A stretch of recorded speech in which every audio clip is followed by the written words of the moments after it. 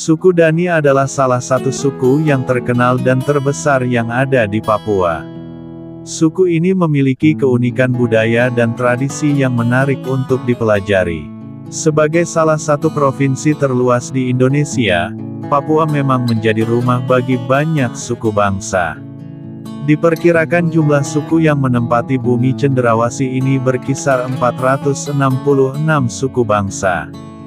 Beberapa suku bangsa yang banyak dikenal di Papua, seperti suku Asmat, suku Amume, suku Bauzi, dan suku Dani.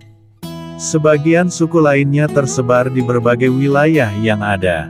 Suku Dani sendiri mendiami wilayah lembah Baliem yang ada di bagian tengah pegunungan Jayawijaya, Papua. Suku ini hidup berkelompok dan tinggal di rumah-rumah yang di sebuah honai. Mereka juga masih memegang teguh adat dan kebiasaan dari nenek moyang dan masih menggunakan teknologi Neolitik dari masa lalu. Kaum laki-laki suku ini juga masih menggunakan koteka untuk menutupi kemaluan dan para wanitanya menggunakan pakaian rumbai yang terbuat dari rumput dan serat. Keberadaan suku Dani sebagai suku asli di tanah Papua sudah dikenal hingga ke mancanegara. Berbagai penelitian dari berbagai negara pun banyak dilakukan untuk mencari tahu seputar kehidupan masyarakat tersebut.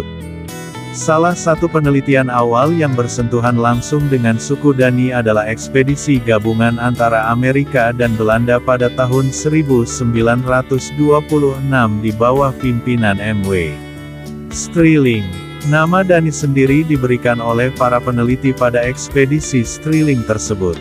Menurut Leroux, arti nama Dani ini berasal dari bahasa Moni yakni, Dani, yang berarti, sebelah timur arah matahari terbit. Para penduduk asli suku Dani sendiri tidak tahu siapa yang memberikan nama suku mereka. Namun mereka mengenali, Dani, sebagai arti, perdamaian. Namun demikian masyarakat suku Dani memiliki kepercayaan bahwa nenek moyang mereka berasal dari orang Yali. Sebuah daerah yang ada di sebelah timur lembah Baliem, sekarang wilayah Yalimo dan Kabupaten Yahokimo.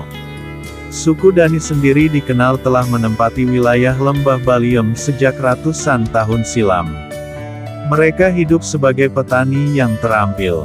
Mereka bahkan telah memiliki kemampuan untuk menggunakan perkakas dan alat-alat pertanian tradisional.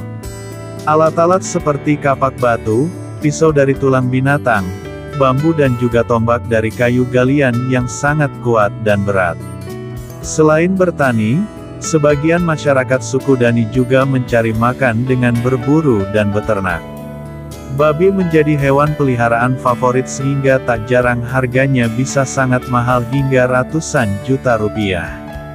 Masyarakat suku Dani juga masih sangat menjaga adat dan budaya dari nenek moyang mereka.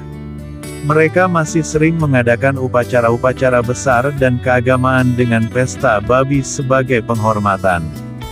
Perang antar klan dan kelompok juga masih kerap dilakukan meski tidak sebanyak dulu. Hal ini karena mereka memang dikenal gemar berperang dan memiliki karakter yang keras. Meski memiliki watak yang keras dan terkesan beringas, namun masyarakat suku Dani sangat ramah dan punya rasa persaudaraan yang tinggi. Mereka juga memiliki jiwa seni yang cukup tinggi. Hal ini dibuktikan dengan kebiasaan mereka dalam mendendangkan nyanyian-nyanyian heroisme dan kisah-kisah inspiratif. Nyanyian-nyanyian tersebut digunakan untuk menyemangati dan membangunkan semangat kala mereka sedang bekerja. Jumlah penduduk suku Dani yang mendiami wilayah lembah Baliem ini diperkirakan berkisar 60.000 jiwa. Mereka hidup secara berkelompok atau komunal dalam satu komunitas. Mereka tidak mengenal konsep keluarga, di mana satu orang ayah, ibu dan anak-anaknya tinggal dalam sebuah rumah. Mereka adalah masyarakat yang berkelompok. Artinya, dalam sebuah tempat yang disebut sili, tinggal beberapa keluarga di dalamnya. Biasanya antara 3 atau 4 kepala keluarga. Sistem kekerabatan masyarakat suku Dani ini dapat dibagi menjadi 3 jenis, yakni kelompok kekerabatan, paruh masyarakat dan kelompok teritorial. Kelompok kekerabatan yang terkecil adalah keluarga luas, yakni terdiri dari 3-4 keluarga inti bersama-sama menghuni tempat tinggal perumahan. Paroh masyarakat adalah struktur masyarakat yang merupakan gabungan beberapa klan kecil yang disebut ukul ok kian besar. Dan kelompok teritorial yakni gabungan kelompok keluarga luas dalam komplek perumahan umma. Masyarakat suku Dani senantiasa hidup berdampingan dan saling tolong-menolong satu sama lain. Misalnya dalam membuka areal perkebunan, mengolah tanah hingga mendirikan rumah, mereka selalu bergotong royong yang dipimpin oleh penata adat atau kepala suku. Dasar kepercayaan atau religi masyarakat suku Dani adalah menjaga dan menghormati roh nenek moyang. Berbagai upacara dan tradisi dilakukan untuk itu. Mereka percaya bahwa roh-roh nenek moyang, laki-laki, Suanggi Ayoka, dan perempuan, Suanggi Hosile, masih ada di hutan-hutan dan tinggal di tumbuhan, pohon, hewan, dan benda-benda. Karena itulah mereka sangat menjaga hubungan baik dengan alam dan hutan.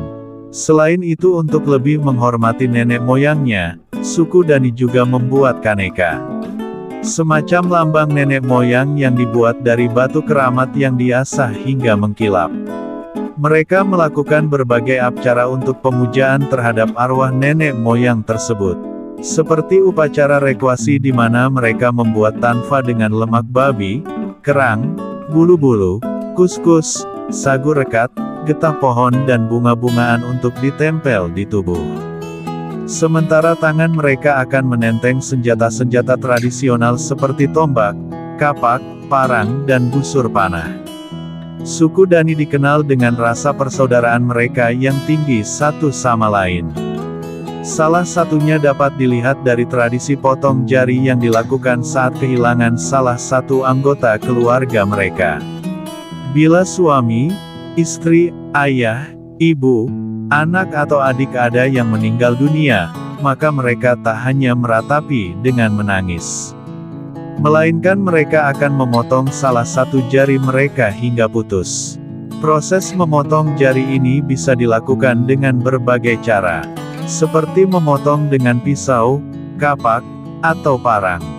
Ada juga yang menggigit ruas jarinya hingga putus atau mengikat jari tersebut dengan tali sehingga aliran darah terhenti dan ruas jari tersebut menjadi mati dan kemudian dipotong. Mereka percaya bahwa memotong jari tangan ini adalah simbol dari rasa sakit ditinggal anggota keluarga yang dicintainya. Selain itu juga sebagai doa untuk mencegah terulang kembali malapetaka yang telah merenggut nyawa dalam keluarga.